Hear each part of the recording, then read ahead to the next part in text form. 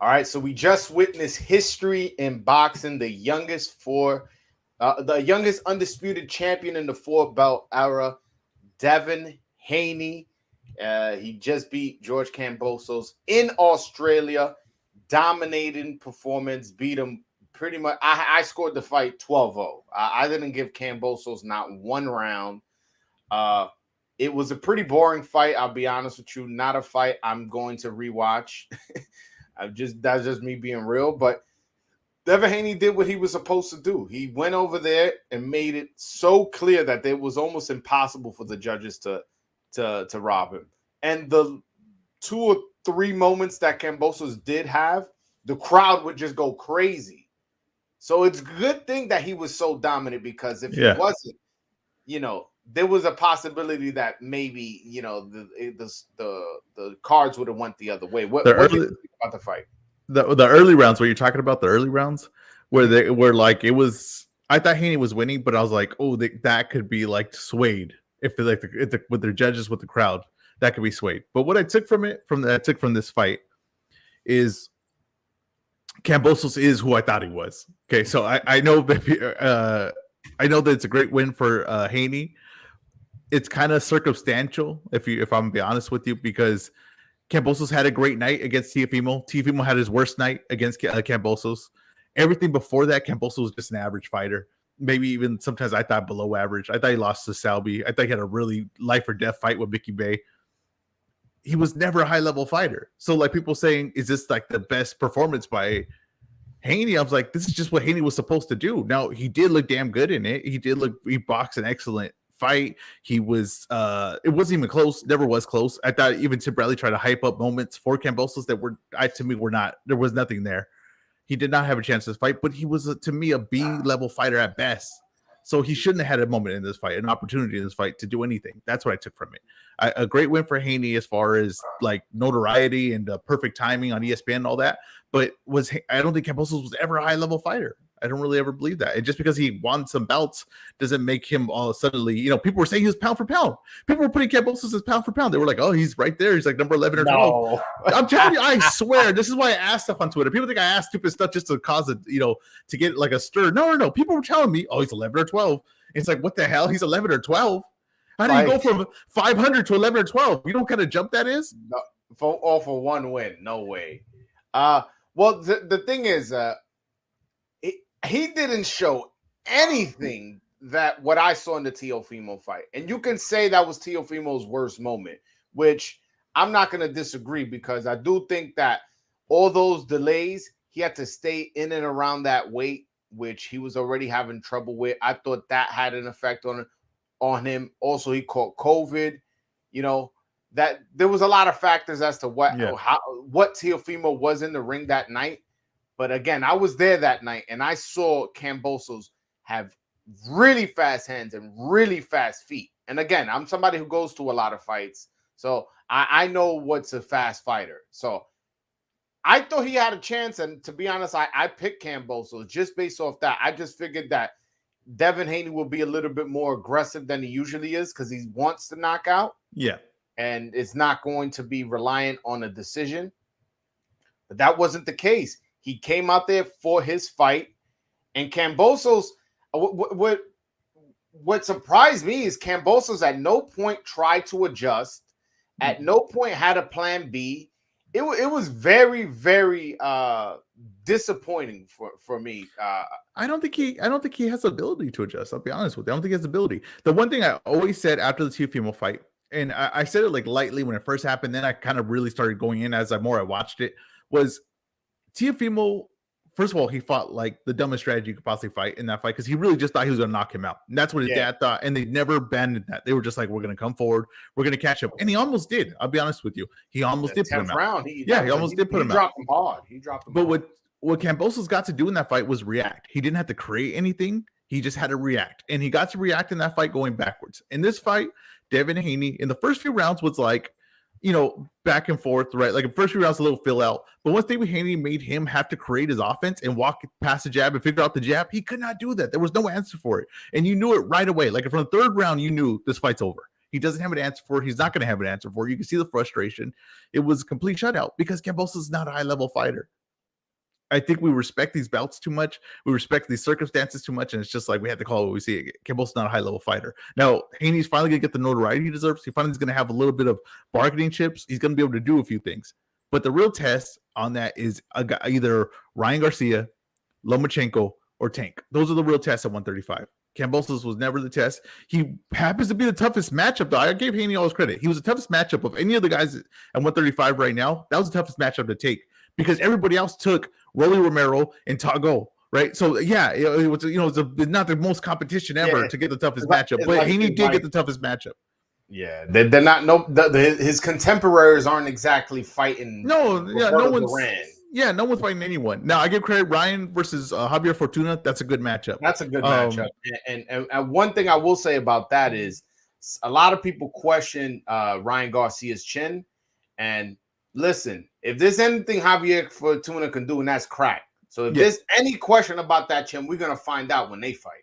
Yeah, and Ryan's gonna give you chances to land. So if Fortuna's gonna put some leather on him, so that's gonna be an entertaining fight. That's gonna be a really entertaining fight. But like I give all credit to Haney, he took the toughest matchup that he could possibly get. He got it in the other guy's backyard. In the other guy's backyard, he did. I give all credit. I've been giving him all credit. He deserves everything. But I'm also not gonna overrate the performance because if we're being honest, like I think a lot of people were saying like, oh, he's gonna smoke him so bad that it's gonna get a stoppage. This fight was never close to being stopped. It never was. It was just a technical schooling of the fight, and Kambosos didn't have the ability to adjust, but it was never close to being stopped. Haney never picked it up to try to go for the stoppage. He did what he was supposed to do, and that's all I can ask for him to do what he's supposed to do. He made Kambosos look like the level of fighter that he actually was, and that's it. I can't complain about that. But I do think Shakur Stevenson got a lot of criticism for doing something very similar against Valdez. I think he got a lot of criticism for not going for the stoppage. He got a lot of criticism for being too defensive. I heard people saying he was afraid to get hit. They think he's afraid to get hit. No, well, he doesn't get hit at all, though. He still got touched a little bit in this fight, very little, but Shakur didn't get touched at all in the Valdez fight. The thing is, I guess I find what Shakur does defensively more entertaining than what Haney does defensively. I came away really bored. I'll be honest with you, and I hate to how do I say like throw water on his celebration, on his accomplishment, excuse me, where he just became undisputed. Wasn't a really entertaining fight.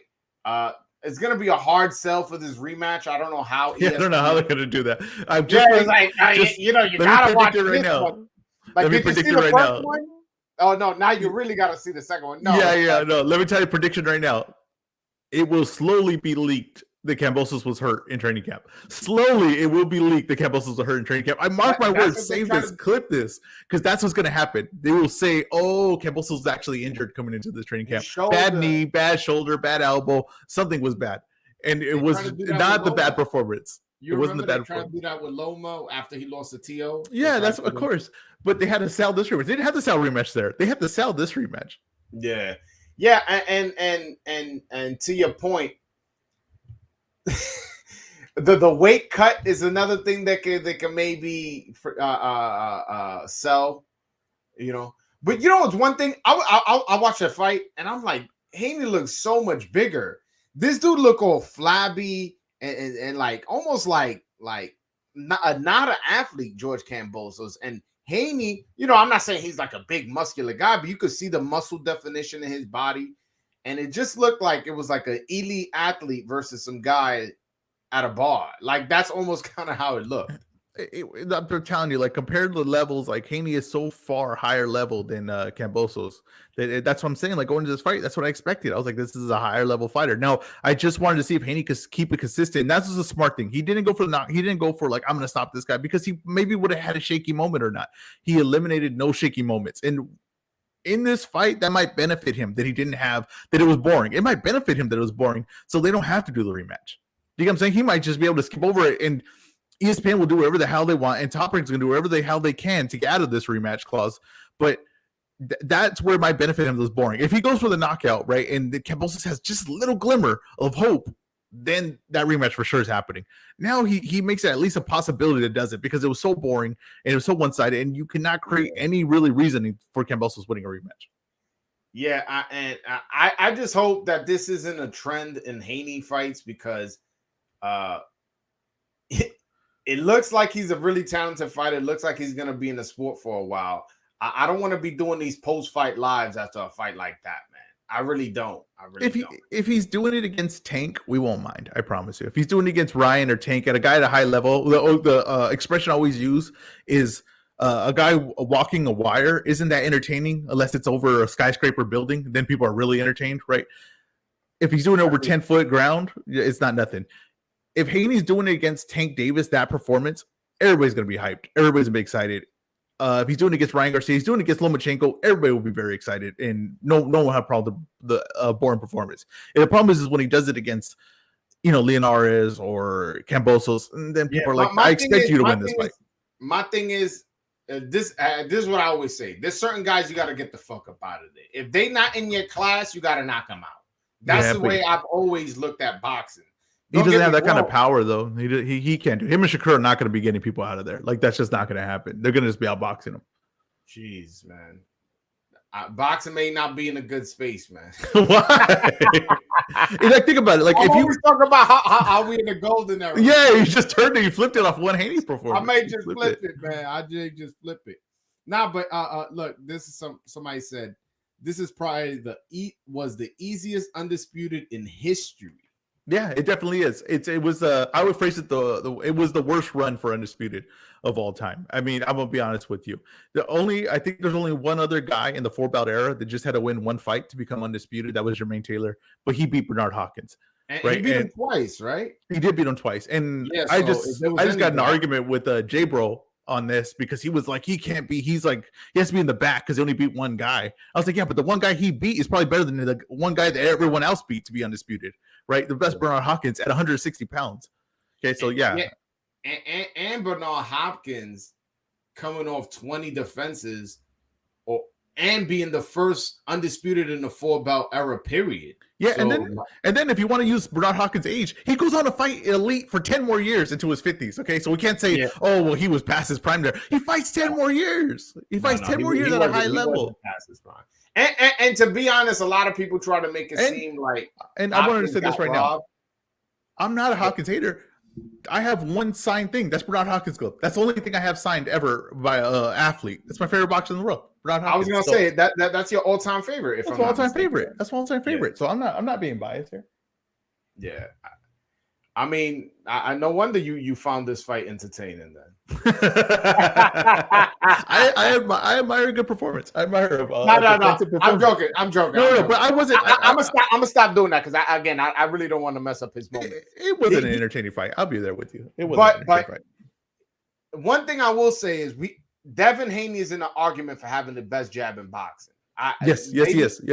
You're right. Maybe Triple G is somewhere there. I think Triple G has the best jab in boxing. But I was just thinking about this, but you know who put on an excellent jabbing performance tonight? Stephen Fulton. Oh, an excellent jabbing performance. It was more what his feet did. His footwork just was magnificent. At times he would land that overhand. That it was kind of like a slappy overhand right, and then he'll just spin over to the right side and then use his jab to keep the distance. That was a fantastic performance. Oh, he won the night. There's no doubt in my mind, and I all respected David Haney for doing what he did and taking the chances, but Fulton won the night. No, and Fulton, not for nothing, with that performance. He has to be in your top 10 pound for pound, man.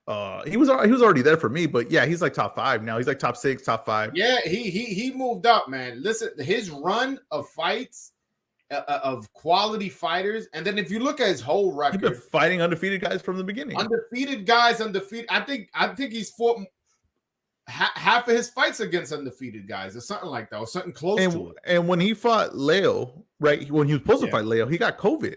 And like the week before the fight, and they took him out of that fight. Now I remember I did a podcast on it and everything. And I was like, damn, I think like Fulton's a very good fighter. I don't think a lot of people know him, but he's very good. He was going to win that fight, but I think he might have missed his opportunity. And Showtime knew what they had. PBC knew what they had. They brought him right back into that fight after he got Leo won. They did that fight, and that was a great fight actually. Actually underrated performance by Leo. Oh, it was very competitive in that fight. Yeah. If you guys haven't seen that fight, and you just one day bored, don't got nothing to do, you could turn that on. That's definitely entertaining, man. Yeah, Leo Fulton's very good. Oh, my fault for cutting. No, go ahead. Which I found very interesting about Stephen Fulton is that I've seen this guy in brawls, like legit brawls, where it's like super entertaining. Even that Brandon Figueroa fight, I don't want to. It was the candidate for fight of the year. I wouldn't say it was a fight of the year, but it was definitely something that should have been on the ballot of fight of the year. And then turns in a performance this fight where it's a fantastic boxing performance where he really showed out his skills. So he's somebody who's very diversified at what he can do in the ring. Yeah, he could do it all. He could really do it all. I think he has the only flaw that I see is on the inside. Defensively, he kind of falls apart on the inside, but he's so well-rounded that one flaw his offense is good on the inside, so he can out offensive you on the inside. He could kill you in the middle of the ring. He has good legs, fast feet, and he's great timing, great precision, has all the weapons you would need. He's just, to me, he's in talks to me as the best fighter in the world. I really have him. I think that highly of him. Whoa, that you could be in talks with him as saying he's the best fighter in the world. I really believe that. Come on, man. I'm telling you, if somebody argued he's better than Usyk, you would accept that argument? Oh yeah, I'd be like, damn, you would have a solid argument to me. You got to understand the level that I like him too, bro. You got to understand the level of the guys he's beating. Like, okay, first of all, you got to understand about Figueroa. He's better than Newey. He's better than Canelo. Come on, man. Like, I'm telling I you, like the guy. I'm willing to say it. I'm willing to say it. You can have a debate, and I would hear it out. Right, that Stephen Fulton is the best fighter in the world. I would hear it out. What can he do in the ring? I would hang up on you. I'm about to hang up on you right now. Look at Roman. Look at Roman. Look how Roman's high level fighter. He's a very good fighter. He just got shut out, like what Haney did to Kambosos, but worse. It was worse what he did. It was not worse. It was worse because Fulton was landing more. Yes, he took more of a beating. Now, Kambosos just walked into a jab all night, but Roman walked into shots and wasn't even close to ever doing anything. But he won at like 2 rounds, 3 rounds. He won 2. I gave 1 round to Kambosos, so I gave 1 round to Kambosos. So they're close. 0. I gave him 0. But okay, that's fair. We can hear that. 1. Yeah, you gave 1, so they're close. But 1 was an absolute beating, and Roman is a high level fighter compared to Kambosos. Like it just is. It's just a fact. I see what you're saying. It's just a fact. I'm telling you. I mean, Usyk. No one would have Usyk as the best fighter in the world until he beat Joshua. Okay, so once he did that, then yes, people started talking about him. Yeah. But Fulton's been on a steady climb. Like he's been on a steady climb, and he's fighting all styles. And to be honest with you, like everything you're saying, Usyk did too. And if you want to take it further back, you want a gold medal. Come on, man. Okay, I don't. The Olympics things that doesn't bother me. I do. No, that's like telling me. That's like telling me. You were on the Esbar podcast. It wouldn't count, but you on my channel. Well, I'll tell you now. That's like if we're talking the best NFL player, and you're like, "Well, this guy won a Heisman." I'm like, I don't give a damn. But that's I don't care about that. But anyways, I think. I mean, I'll just say right now, I think Fulton could be the best fighter in the world. I mean, I would hear that out, no problem.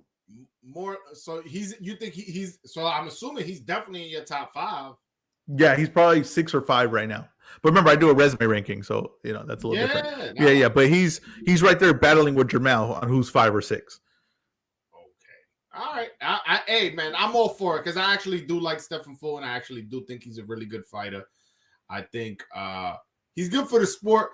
I like when Philadelphia fighters are good because Philadelphia is a really big boxing town, and I want to see more fights get brought over there. And if we could get, Boots and Stephen Fulton to step up their game and be good fighters, it's good for the sport. It's a market that hasn't really been tapped into that I know can be tapped into. Well, they could take over. I mean, with Boots and Fulton, I mean, I don't expect any of them to lose anytime soon. So I think they're in a good spot. I think they're in a real good spot. I think Fulton's a really throwback fighter too because he can do it all, and he's aggressive, and he boxes aggressively. Like he does everything aggressively. I think he's really a throwback fighter. How do you see a fight with him and MJ Akbadalia playing out? I thought it would be close. After today, I think he smoked MJ. Yeah. And I saw MJ slowing down a little bit. And MJ and Roman was actually very close, very competitive fight. To me, it looks like Fulton, he just has Roman would be able to match him athleticism-wise. Like he's explosive, athletic, but it's the little tools that I don't think that he has in his game that Fulton does have. And that's what make the difference. Yeah. I just think he'll box his ears off. You know what I'm saying? I just think he'll move around and MJ wouldn't be able to touch him, to be honest with you. Yeah, I agree with you. But getting back to Kambosos Haney, They're saying that there's a rematch clause, but we have seen people say, yes, we're going to rematch clause, and then couple weeks later or a month later, they don't exercise it. We've seen that. We've seen that happen before. But Kambosos he doesn't gain anything for not exercising it. So Canelo not exercising against Bivol, that makes sense because really he's like, well, I'm the money guy here.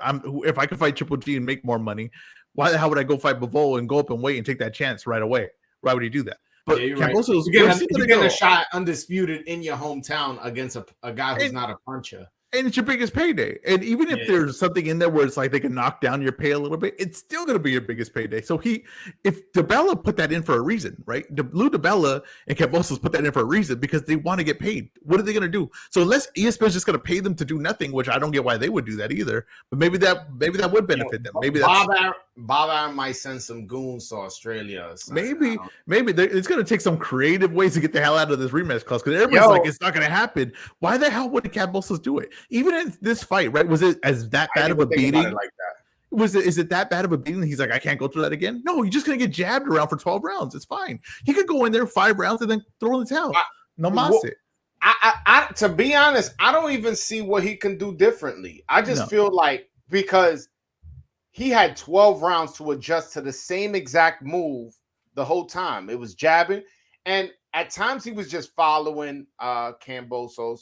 He wasn't, Haney. He wasn't cutting off the ring. He wasn't parrying his jab or something. He wasn't pull countering. He wasn't doing absolutely anything creative to mitigate that jab. And maybe a training camp to work on that. But it's like, did you just find out that Haney had a good jab? Like, I don't think, did you watch tape? I don't see what he can do differently to make this more competitive. Forget winning. Winning is out the fucking picture. To make it competitive, I can't even see what he can do. Yeah, I mean, he could just go like, just all out and just like try to like, I hate when people say that too. I really do. I really hate when people say like that's a strategy. Like, oh, he's got to go all out. He's got to bum rush him. And I'm like, these are high level fighters. I'm gonna say it for Kambosos. He's got to bum rush him. I mean, that's really I don't know. There's no way around it. Shoot your shot. Just go in with a high guard. Bum rush, consistent, and just get that crowd behind you, and just hopefully the cheers just are enough with the shots on the arms to flip a decision. I mean, if one judge had it, only 4-round difference. I mean, if you had it, I know. I saw it was ridiculous. But one thing I will say is like him bum rushing him. He's like, he's still the smaller fighter. Like, you get what I'm saying? So it's not like he's it's not like you're gonna go make it an inside fight. It's like you're the smaller guy. You're the one who's gonna get ragdolled around. Like it's not gonna be you ragdolling Haney. Haney's just choosing to go the smart, safe route of boxing and using his jab. But I do worry about, the Australian government somehow having some kind of not the Australian government, just I don't want to say it mentioned, but funny things happen in boxing. They seeing these big events come to Australia, wow, 2 big sold out stadiums in a row. Let's bring it back here. Let's make sure the judges are taken care of. Yeah, I mean, I guess I don't know. If you're gonna do it now. You know what I mean? Don't wait for the second one. Do it now while you have the chance. I mean, that way the rematch, it's like you have a story to tell. It's like, okay, Haney's gonna go back and get that revenge. But I think they missed the boat on all of this, honestly. I don't know. I can't see what they do different. I don't even know where the hell you go with Kambosos next. Like, even if he didn't go Haney, where the hell do you go with him next? Like, what fight are you like? Yeah, I really need to see that. I don't know. I don't know. I like. Yeah, I can't even think about it. Where did Stephen Fulton go from here? Switching gears. 122 is pretty stacked. They have they have Reese Salim. They have a few good names on there that he can. Neri, there's names in there he can make some decent fights with. So I don't think he's got a problem. I think the thing is there a fight to build towards, right? Like, is there a super fight that they could build towards? Is he want to move up in weight to 126? Where they would have like, Leo Santa Cruz or something like that. Or, the fight that I think everybody would probably, it's like a dream matchup, a fantasy matchup is Inoue moving up to 122. Ooh, yeah, but I think Inoue has so many. Yeah, in a way, it has so many promotional things where he's not even fighting for Top Rank, but he's signed with Top Rank. You know, it's weird. Yeah. He's about to fight Tuesday about 5 a.m. So you know what I mean. So he's all his things all screwed up. So that's the fight that I want to see. I doubt we get that fight. The MJ one is the one that everyone's gonna want to see. That's the zone, and I don't know what the hell's gonna happen there. I think Reese Aleem is probably the next guy you're probably gonna see. I don't know what's the status of the zone sending over MJ. Is that something they're totally against? Is even if it's for undisputed, or are they gonna put up the money to bring? I don't think MJ's some big money maker where they're like, oh, we can't afford to lose out on that payday. You know what I mean? So yeah, I think they would be able to send him. The thing is, the way the zone looks at business is, all right, we want people to keep their subscription. We don't want people to cancel. The way to keep it is, all right, Ezra is, let's say, you're a boxing fan, and let's say you've been unhappy with their service. Oh, but there's an undisputed coming up fight next week. All right, you know what? I'm not going to cancel. You know what? They are giving me quality content. And then you get what I'm saying? Yeah, but they're not going to be able to get Fulton. So it's all going to be in their move because really Showtime is already headlining shows with Fulton, right? They haven't headlined anything with MJ yet. I don't believe so. I think everything I see, he's like a co-main event or on the undercard. Yeah. Is he on the undercard in this Rung Vasai Bam? Yeah. So he's not a headliner. So I just don't know if he's a big enough moneymaker where they're like, we got to keep him on here for the Fulton fight. Maybe they take their chance and like maybe he wins undisputed. We bring him back. We have the undisputed guy. So which is what I wanted Munguia to do. I knew you were going to bring that up. I knew you were going to bring that up. That's a completely different situation, but yeah. It's like, sometimes you got to take a little bit of a gamble. When you're working from a disadvantage, you got to work on a little bit of a disadvantage, man. You got to work at a little bit of a risk. All right, you got to gamble a little bit. All right, maybe he wins, maybe he doesn't. But if he wins, I'm going to get a big reward. He's bringing back those belts. He's coming back undisputed. If he loses, yes, we lose the belts to the other side. But shit, we got to understand the guy got paid probably more than what we were going to pay him here on the zone. And he got that exposure from Showtime because anytime somebody fights on the zone, that's less exposure than they're getting than if they would fight on Showtime. Just because the zone, only hardcores got that at. Very little casuals have that at. Yeah, I mean, I agree with you on that 100%. I agree with you on that 100%. But like I said, Munguia is Golden Boys basically their whole business is on Munguia. Matchroom's whole business isn't on MJ, so it's like completely different. It's like they got Golden Boys got 3 guys, and that's holding up their whole thing right now. The Matchroom has 1,000 guys, and MJ is just another one of them. So I think that there's more likely that MJ gets sent over than Munguia. Munguia is never going to get sent over unless that's a co-promotion pay-per-view where a lot of money is going to be made.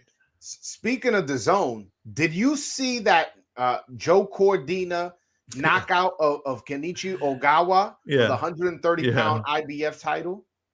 That is candidate for knockout of the year. That was the fantastic knockout. The Conlon one's gonna win knockout of the year, but that right there is number 2. That's number 2. But that's what I meant. That's what I said. Yeah. No, you're right. Yeah, it's a candidate. Let's just say when you're a candidate, you got to choose like 5 knockouts. There's 5 knockouts in a year where you're like, wow, that's a candidate.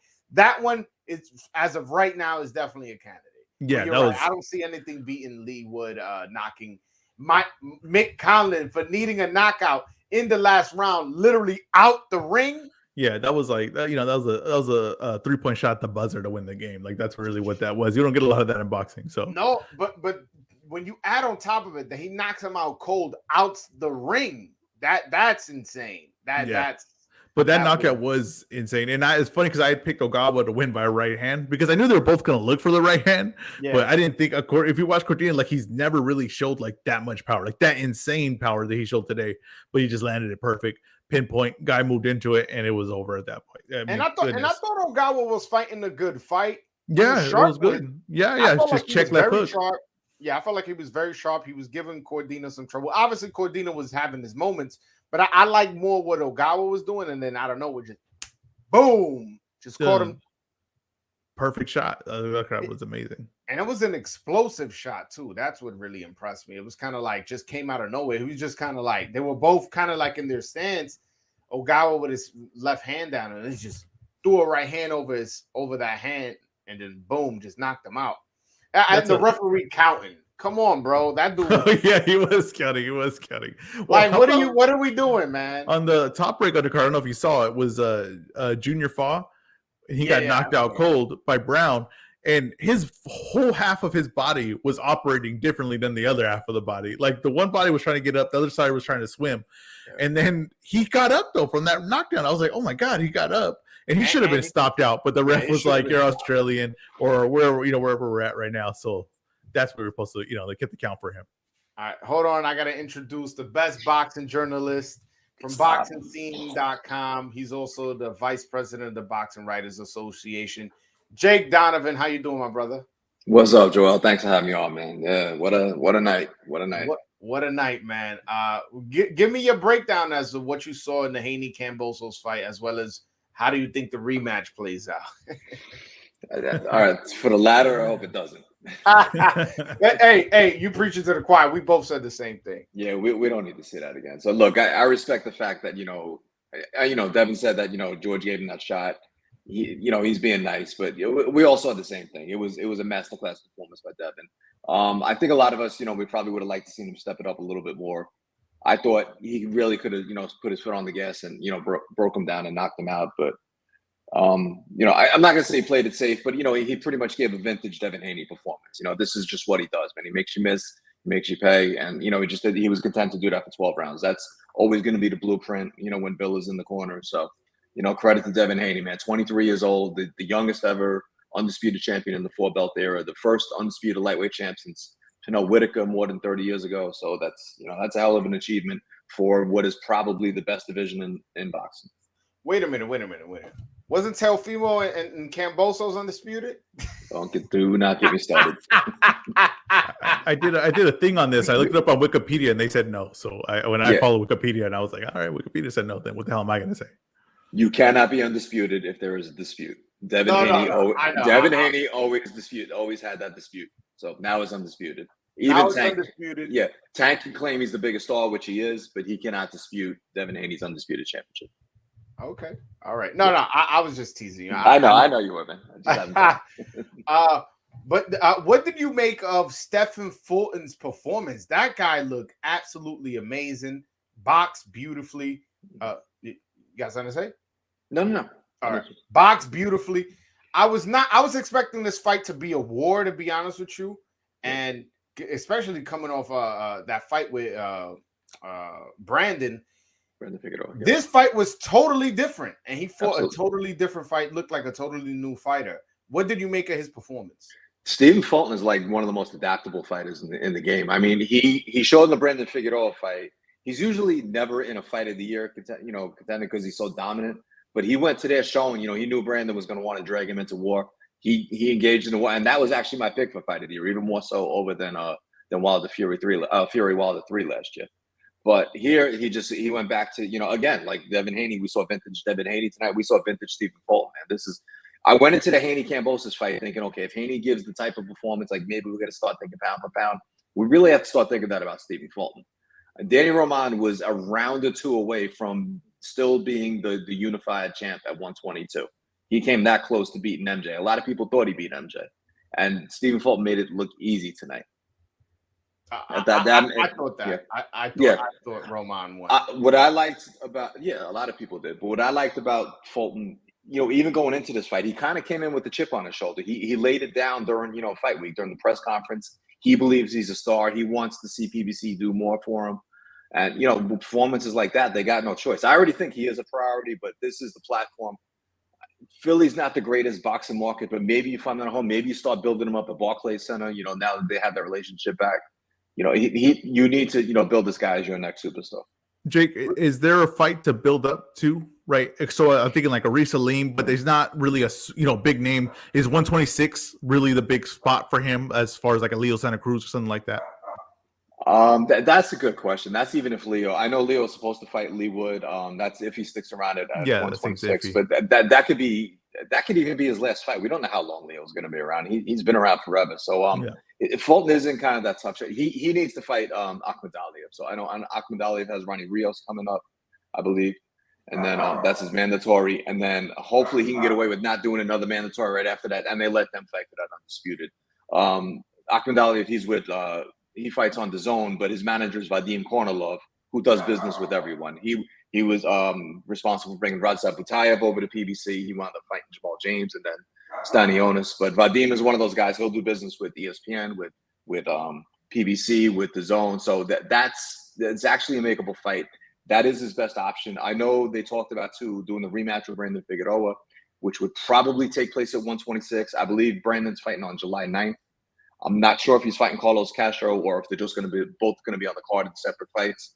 But regardless, I mean, that would probably be his best option. I mean, like I said, the first fight was fire last year. Let Brandon get a win. Maybe, then Steven, I think he could just jump right up, take 126, keep the belts, take a non-title fight at 126, do that rematch with Brandon, which is a worthwhile main event. The first one was fire, and it drew well on TV too. So that might be, his placeholder fight. So wait, so you mentioned his manager. Who promotes MJ? Is he tied contractually to DAZN at all, or Eddie Hearn or anybody like that? Vadim, I'm not sure of his relationship. It's even like with Bivol, it's kind of the same thing. Like he fights on DAZN, he fights on Matchroom shows, but I do believe there is a freedom where, like, if there is a fight with Stephen Fulton, that fight could be made. Whether it needs to be on, I could see them delivering him to show that, because it's not like MJ is bringing viewers over on DAZN. That's a favor granted by Eddie to Vadim, for all the business they do together. Okay, all right. Yeah. What did you watch the Cordina Ogawa knockout? Yes, I did. That was. I think I tweeted this. Look, I know I was a little surprised Joe Cordina was the favorite. Not that Ogawa was this big world beater, but I thought maybe Cordina would be a little bit too inexperienced for that fight. But of all the outcomes, I said maybe it's in Cardiff. Maybe he outboxes him. An early round knockout of the year contender was like nowhere close to being on my bingo card. That right hand was sensational. I mean, that is the way you want to win a world title. That was a statement maker performance. As brief as it was, I mean, Joe Cordina showed he arrived with a presence at the top of 130. Vegas was handing out money today because they had Haney as a minus 160. So I mean, that's insane. That to me, I was like, that's free money. Vegas has the ATM today because they're just handing out money. Yeah, I know. The crazy part is that Stephen Fulton was the biggest favorite out of all three of these fights. I know, but he justified it. He justified it. He definitely justified it. I mean, I think that was more of an impressive performance by Fulton than it was for Haney, in my personal opinion, because it's a higher level fighter. Yeah, 100%. I agree, 100%. Yeah. What did you make of David Morrell's performance? I didn't get to see that one, unfortunately. All I saw was the ending. I saw people bitching about the stoppage. Just based on the clips I saw of the stop, it didn't look that bad. And I saw people saying that, Henderson was getting racked. So they could have stopped that a lot earlier. Right. The thing I did like about Morrell on that, if I could just, because I saw it, he went in there like full. He emptied his gas tank, didn't get the stoppage, right? He hurt the guy, but didn't get the stoppage. And I've seen a lot of guys when they empty their gas tank and don't get the stoppage, they'll be like, okay, you know what? I'm going to ride it out. And maybe this guy isn't going to go. I'm not going to waste it. No, he sat back a little bit. He got his energy back and then emptied his gas tank again and then did it a third time. So I was like, this dude does not play with his food. He's not trying to go rounds. He's trying to make a statement. I don't get the Benavidez fight next. If that's what's going to happen, that's a possibility. I don't understand that. I don't understand why they're rushing him like this, because he's doing very well, and I think that you could bring him along, and there's higher levels that he can go. He's not like he's beating the Durrells or the Uzagate, however you say his name. It's not like he's beating all those guys or running through those guys. So why that giant jump? Why that's necessary? He's only 24 years old, too. It's not like Janabek, who's like 28 years old and needs to kind of make that move. I don't understand it, but he looked damn good. He's looking damn good so far. Yeah, the problem though is that I'm sorry, I didn't mean to cut you off, Joel, but the problem, I mean, even though now he's 7-0, 6 knockouts, nobody's going to want to fight this guy. So he kind of has to make that leap. And it's not even like he's a prospect that needs to be built. He's tearing through these guys that, he should be fighting in the 17th, 18th fight. So I kind of get it. What does Benavidez get from that fight though? Like, what does he see that's like, I need to make this fight as well? He gets somebody who actually has a fucking pulse on his resume. Yeah, but in Minnesota, but like here, anywhere else, right? If I go, you guys see Morale? I'm talking about quality opponents. David Benavidez, although a talented fighter, the most overhyped fighter in the world. his resume doesn't justify. You know me. About resume rise. No. You know me. Rise. I agree with you 100%. I get a lot. I get a lot for this because I say that all the time. So David Morrell is actually somebody who I see, and I'm like, all right, he has talent. Again, he hasn't shown it against top quality competition. That I'll admit. But at least it's somebody where you're like, okay, I can see him giving David Benavidez some trouble. I've never in my life have I watched a David Benavidez fight where I'm like, this guy's going to give him trouble. So at least just that alone drums up some kind of interest. For me and you, it does. But like for the casual fan, I think they think that same thing for him fighting Davis. They're gonna be like, it's the same fight. This guy, I don't know who Morale is. I don't know what Benavidez gains from this fight. I just don't get why the Plant fight can't be made. Now I know Jake, you had responded to me on Twitter saying that there was scheduling. It was a scheduling issue more of they didn't line up. Fix whatever schedule you got to fix. Sit out however long you have to sit out. I mean, Terrence Crawford hasn't fought in forever. He's going to go straight into Spence, it looks like. Whatever you got, whoever's got to wait, whoever's got to go quicker, let's figure it out because that's the fight that makes all the sense. It seems like there's money there. It seems like it makes sense. There would be two good names on each other's resume. I don't get it why that fight is not happening.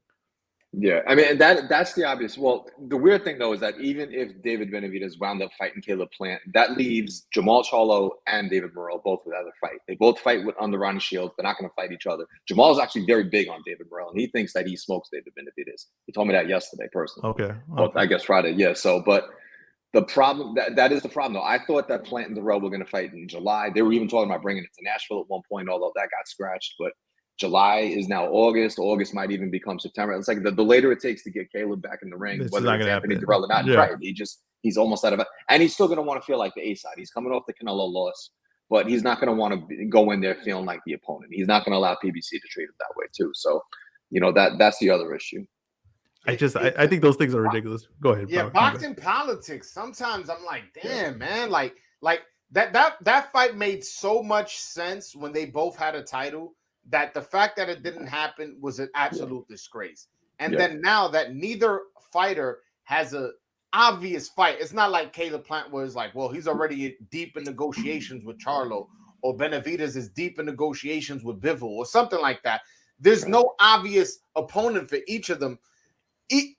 Fighting each other would make perfect sense. That's a fight that everybody will be interested in. There's not a single boxing fan that would be like, oh, that fight sucks. I don't get why the boxing politics sometimes, and this is on the same side of the street. You can't even use the ESPN, PBC excuse that a lot of fighters use. Exactly. I don't understand what's going on in this sport. Let me not, because we have been getting a lot of good fights. I know, so it's been pretty good, but yeah. But if you notice too, if you notice with PBC too, though, like there's a big change too. It's like these guys aren't just getting showcase fights anymore. Especially with Canelo, he shouldn't be allowed to do this, but he is. He's putting the division on hold.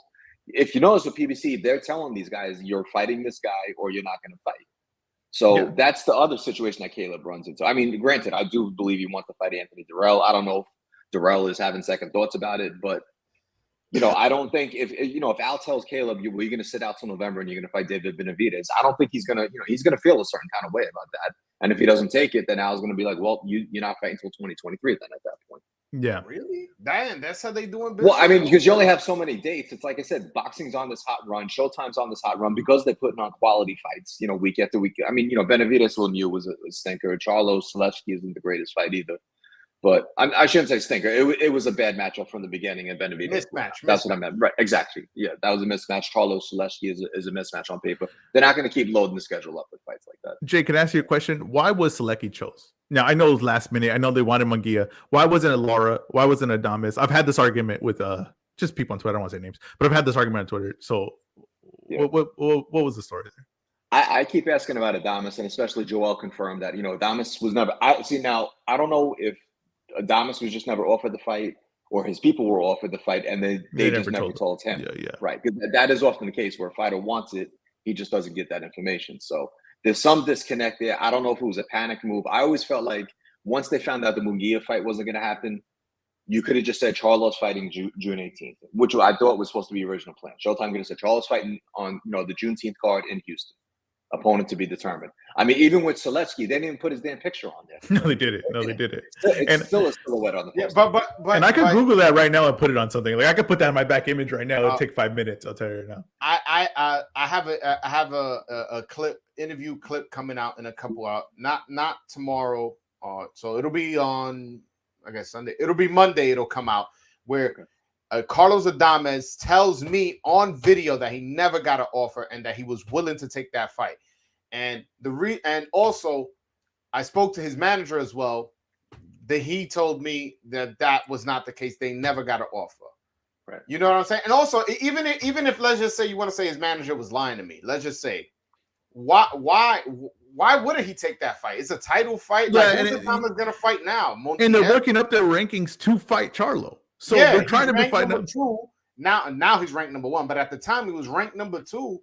Why would he not fight Charlo? Like that would make no sense to me that they offered it to his manager. His manager goes, no. Let me not give my fighter a title shot. That makes no sense. Yeah, and I know he's willing to take that fight. Yeah. No, there's definitely some disconnect there. So, I guess Seletsky was easy to deliver too. He's with Warrior Promotions. They always seem to have these opponents laying around. So they have the relationship with Al. Like they were the co-promoter tonight for the show in Minneapolis. So, I just felt like it was almost like panic shopping. It's like you had to get an opponent in there. But I felt like they had time. They could have announced the opponent in April. So yeah, I mean Charlo's the one that sells that event anyway. So like you said, he didn't have to put a name in there. He could have just said Charlo. Charlo's coming. And back. the problem isn't Charlo. Charlo was he agreed to fight Munguia, so it's not like I always feel like it's never the fighter. It's always just the management of it. Absolutely. I try not to put the blame on the fighters anymore. I used to do that, but now on boxing Twitter, you kind of get like a little more knowledge. It's never the fighter. If you can't get the best guy, you get the second best guy. You exactly. get the third best guy. Like, listen, if he would have fought Lara instead, I wouldn't have a problem with it. If he would have fought Adames instead, wouldn't have a problem. But you fight Selecki is like, it's kind of like a big drop off. You want to say, oh, the only guy who's beat him is Jacobs and Andrade, but it's like, okay, like that guy has no buzz. Like, they quick to say, oh, Euro bums. Like, there's no interest when European fighters fight. Fight a Dominican. There'll be interest there. You'll have Broadway Joel going crazy on the internet. That's right. My bad. I got a little excited with my Dominican. Of course, man. Yeah, no, I don't blame you. But I'm excited for this run we had of fights. Just this last 8 weeks, it was just quality opponents. Quality fights, some a little bit more more mismatches than others, like the David Lemieux, David Benavidez fight, but still a big name. And we got to see also on the undercard, had a decent undercard. I think we're in a good space. And then next week we have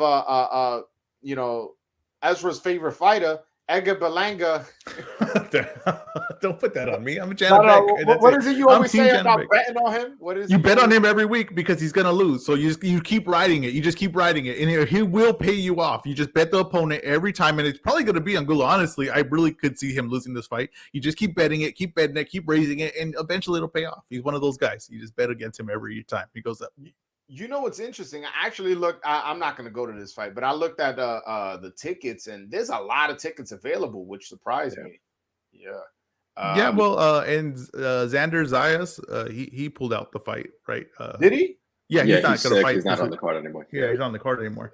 And they're like a kind of like one of those tag teams, like in the WWF or WWE, whatever you want to call it, where there's like a star and then there's like the other guy, and they're like, okay, they're a tag team right now, but the one guy's a star and he's got to get away from this guy. That's kind of what they are. So without the star, no one's gonna go watch. It's kind of like, you remember when Triple G and Chocolatico will be on the same same card for like 3-4 fights in a row or something like that. Yeah. I actually went to one of those. Yeah, I went to one of those. Oh, did you? Yeah, the forum.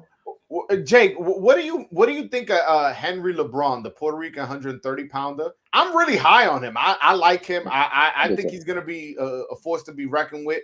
What's your opinion on him and where he goes in his career? My opinion of him might be a little influenced, but I'm very friendly with his team, and I'm always hearing about him. So I like Moncho a lot. So I definitely like Moncho to beat Popeye next weekend. So I find it weird that his first televised fight, and it's against another LeBron.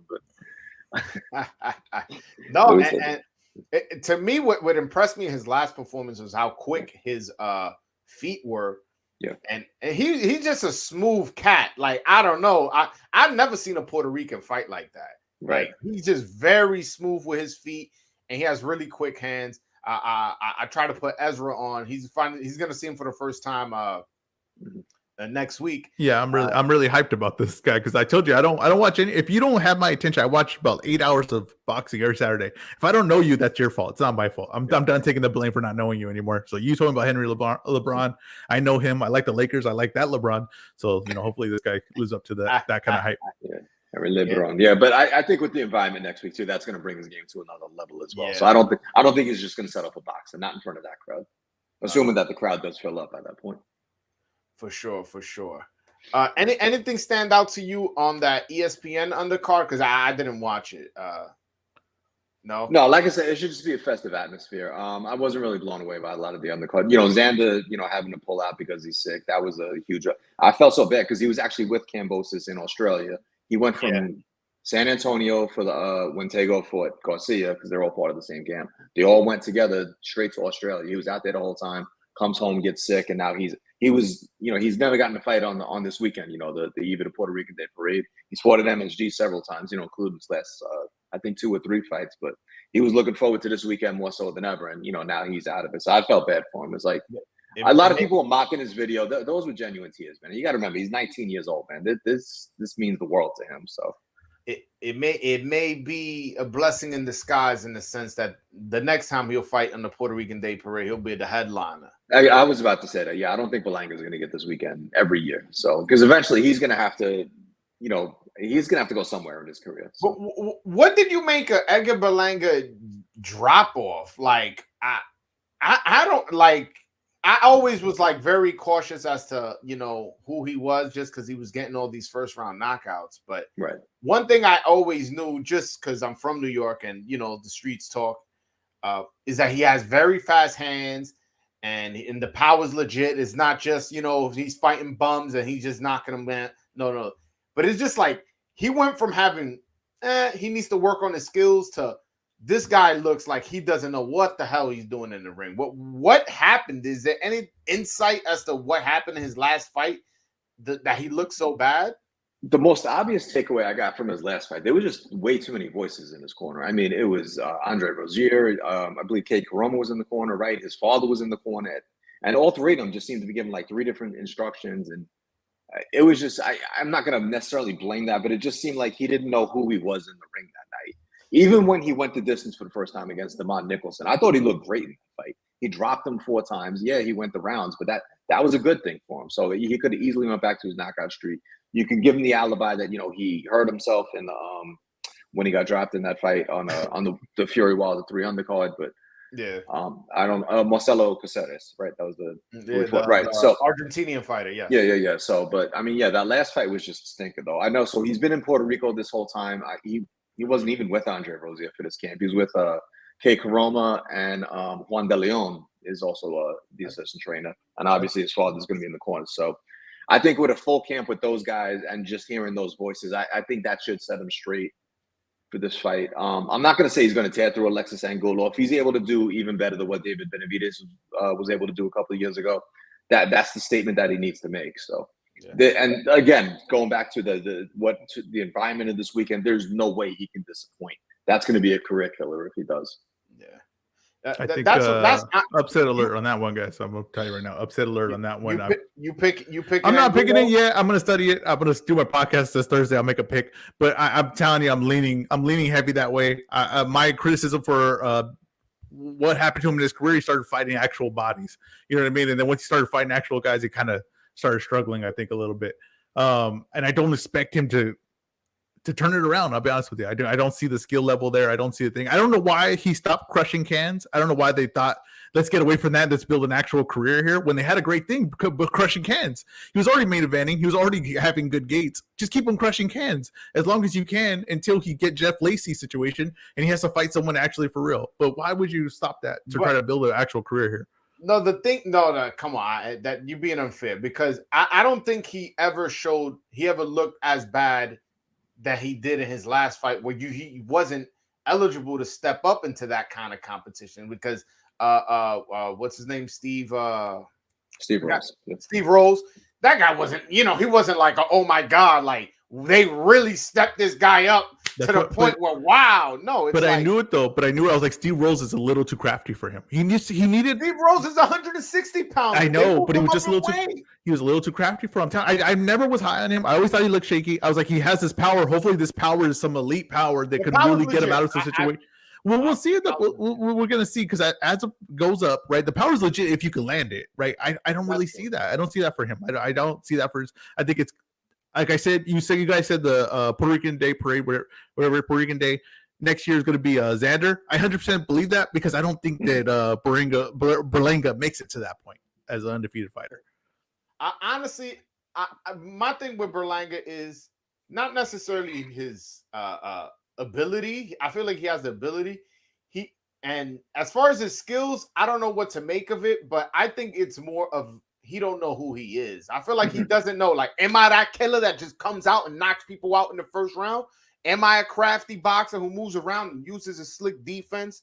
I feel like he just doesn't know. And maybe he has the power to knock people out, but maybe he just, okay, but that's just not who I am. I'm not, that kind of aggressive kind of person to knock people out. Like, for example, not comparing him to Mike Tyson. Mike Tyson was a knockout artist, but you see the type of energy he has is of a knockout artist. It's the way he walks and the way he talks and the way I don't get that from Edgar Berlanga. Exactly, Edgar Berlanga kind of comes across like kind of a nice guy, like kind of very reserved.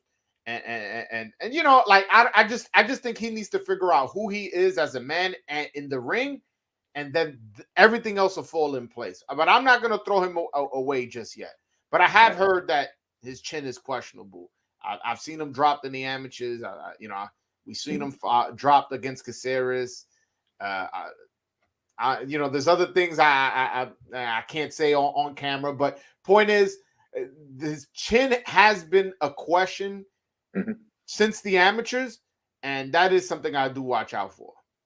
How much do we blame Fat Joe? A lot. A lot. I see him on Triller doing the commentary, and I blame him for everything. I will say there is something to, like, you're building up, you want to build up your brand, and sometimes you do kind of forget. To your point, it's like you forget that you're the fighter. The fighter is what made you this rising superstar. So look, I'm happy for him. I like the Berlangas a lot. I like him. I like his father both.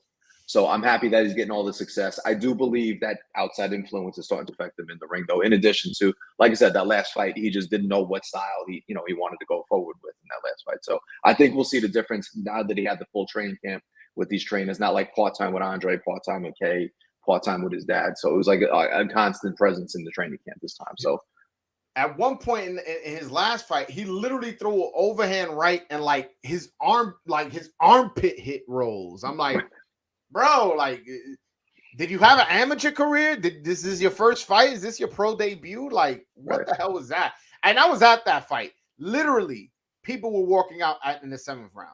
The guy, because when you go to a fight, you talk kind of to the people around you. I'm hanging out. The guys I was chilling with there, I'm like, yo, where you going down? I'm not watching this shit. Left in the 7th round. That's how boring it was. If he does that on the eve of the Puerto Rican Day Parade, that'll be career suicide, man.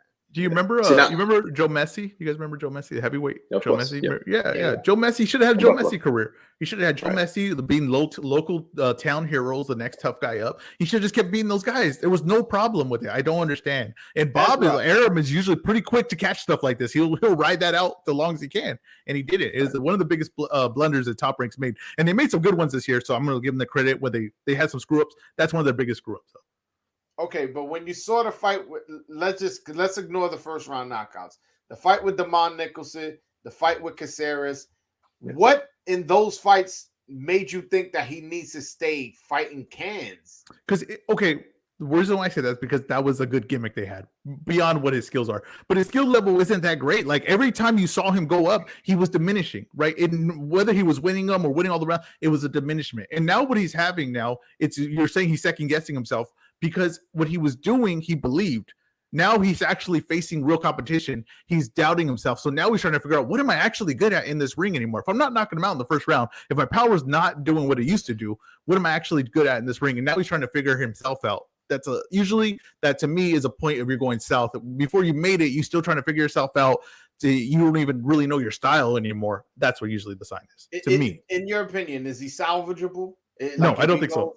No, I don't think so. So if he goes with Sugar Hill or Freddie Rhodes or No, Robert I'm not. Garcia, I'm not really a real big believer like that. Like these. It's a trainer and a fighter. That's like such a hard thing to hit on, like a connection there. And a lot of guys are really good, could go with really good trainers, and that's not a good connection. That won't work. I don't know. I don't think he's salvageable. I don't think he has the skill level to be that good. That's why, like when I saw the sparring video of him versus I believe Lubin.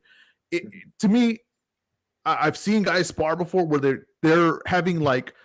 They're getting attention on TV, but when they're sparring, we all know like, hey, he's getting kind of exposed here against good competition in sparring. He's not living up to the thing. I think that's what that kind of was. And I'd seen that when Lubin went in there with him, he's smaller than Berlanga.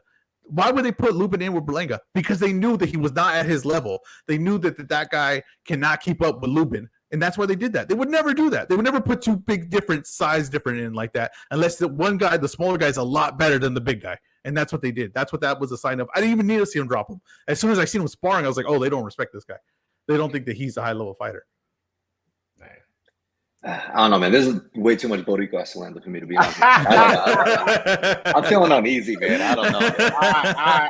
On that note, I appreciate you guys coming on, man. Man. I am exhausted, like tired, and it was a good night, a good day of boxing. In a sense, we had the knockout of the year contender happen early in the afternoon, and then we had Stephen Fulton's fantastic performance on Showtime, and then Undisputed on ESPN, a fantastic performance from Devin Haney.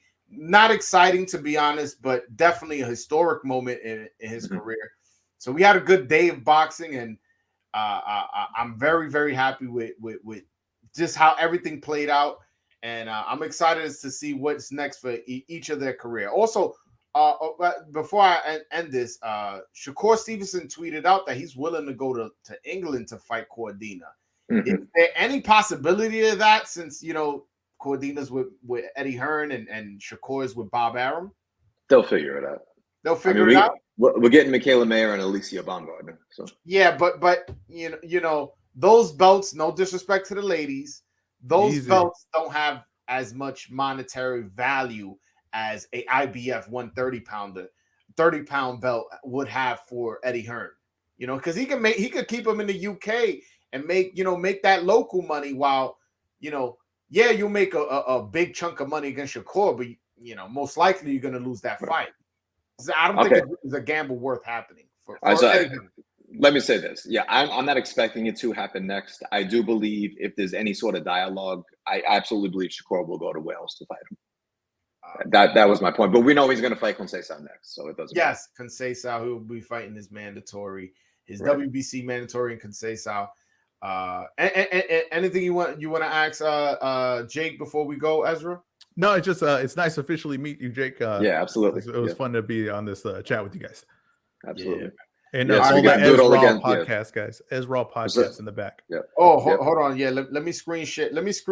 First, let me screen share Jake Donovan's Twitter. So I need everybody to go follow him on Twitter, because this guy is must follow. He a lot of times the sources that I'll be getting is through him. He's my secret weapon. Go follow Jake Donovan at Jake in the Box. He's a great journalist, as you guys know. I've had him on the show before, and also please go subscribe to my man Ezra. And I got them all right here. Let me move my way. I'm a screen share for you right now, though. Thank you, sir. Thank you, sir. Give me 1 sec. Please go hit that subscribe button. He has very good content, boxing content, and yeah, man, we get to do it. Hey, we get to do it all again Tuesday morning. So we're gonna have are we gonna have a pre-dawn show? Right? Don't threaten me with a good time. Go type in Ezra Podcast Boxing and MMA. He does MMA as well, so he's very well versed. He always puts up the link for the StreamYard for you guys to call in and ask questions, as do I. But guys. All right. Before I go, I gotta end this show on a Dominican question because I haven't seen this guy fight, but this guy Contacto RD has been inundating my chat every time I go live about Henry Cedeño Martinez. He says he's the future of boxing. I've never seen him. What is your opinion on him? Is he good? I know he trains with Sean Porter. I've seen interviews of him, but I've never seen him fight. Well, do you have any assessment as to how good he is? I just from Sean, Sean was talking about last year when we were working the Olympics together. So he's I think he's had him on a couple of shows in Mexico, if I'm not mistaken. I think on Miura boxing shows. I think Mariana's been building him up. So he can fight, man. There's definitely some talent there. So all right, there you go, Contacto. You I got Jake to talk about it. I will say this, right? Like as a boxing fan, I would just wait till they're actually on like Showtime or ESPN and everything. Because if you're gonna keep following prospects, you're just gonna keep getting your heart broken. Well, you keep following guys from Mexico and they don't ever make it to that point. So I base my thing on when a guy becomes a champion. I'm like, oh, I'll follow this guy because he's not gonna break my heart that much. When you get a prospect and you follow him that whole journey and he breaks your heart, I don't know. There's only so much I can take of that. Listen, I'm a Jets fan, bro. That's been my whole life. So I root for Dominican boxers, bro. My heart's been broken many. I don't have a heart. I just have something there that pumps blood. I have a machine there. I'm a Rams fan, so like I've been a fan for like 5 years. We already have a title. You know what I mean? That's the way I'm used to being a my fan. That's what I'm saying. So I like to see the story of a fighter. So every now and then, if I see a fighter who's good, I kind of watch his whole career. That's how I'm watching Henry LeBron. Again, he's somebody I'm watching right now. There's a couple other guys. He's the only one that really comes to my head. But young, I like watching them young. That's why I miss Friday night fights on ESPN, man. They really, really had a good thing going there as far as showcasing prospects and as well as like, older guys trying to make their comeback fight on Friday night fights. Those were the best. Yeah. So I'm surprised they're talking about Henry Cedeño because if I'm not mistaken, his brother is Yuri.